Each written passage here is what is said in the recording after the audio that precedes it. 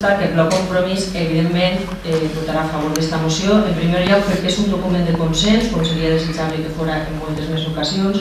i perquè ens han permès participar en la redacció final de la moció que arriba al plenari i per tant estem plenament d'acord. Tampoc pot ser d'altra manera, perquè no pot ser que en una societat civilitzada, com se suposa que és la que vivim, a dia d'avui hagin mort ja 61 dones, a més de les seues parelles o exparelles, i que les víctimes totals en l'àmbit de la violència familiar en siguin ja 80, perquè la violència familiar ara ja s'ha estès als fills, que ara són també víctimes de la violència de gènere contra les dones. Però tot i això, tot i que hi ha que lamentar aquestes morts, també alguna cosa devem estar fent bé des de les institucions, perquè és ben cert que la xifra és sensiblement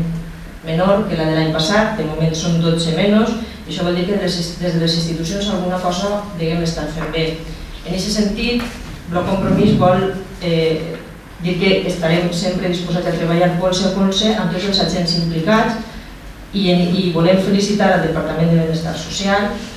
en primer lloc i sobretot a les tècniques que cada dia li posen cara i ulls als casos de violència de gènere, i als cossos de seguretat per les seves intervencions tant humanes com professionals. Com deia, ens queda molt per fer perquè són moltes les víctimes, però jo crec que des de les institucions encarqueixent estem en el bon camí.